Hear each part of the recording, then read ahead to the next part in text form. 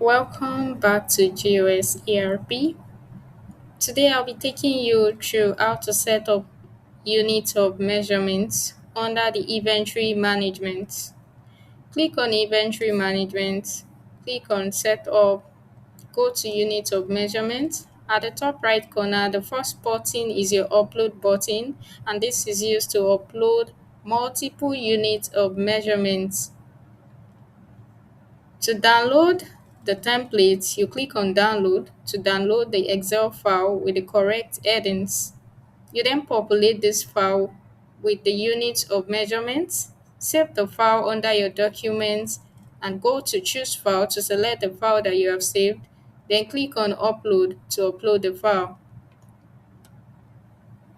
The next button is your add button, and this is used to add a single unit of measurements. Fill the name, the description, then click on save. To delete a unit of measurement that you have saved, you simply click on the checkbox, then click on delete.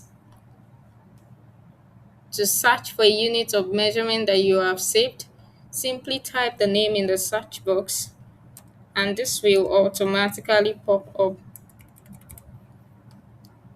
Thank you for watching this tutorial. We hope you found this tutorial very useful. See you in our next video.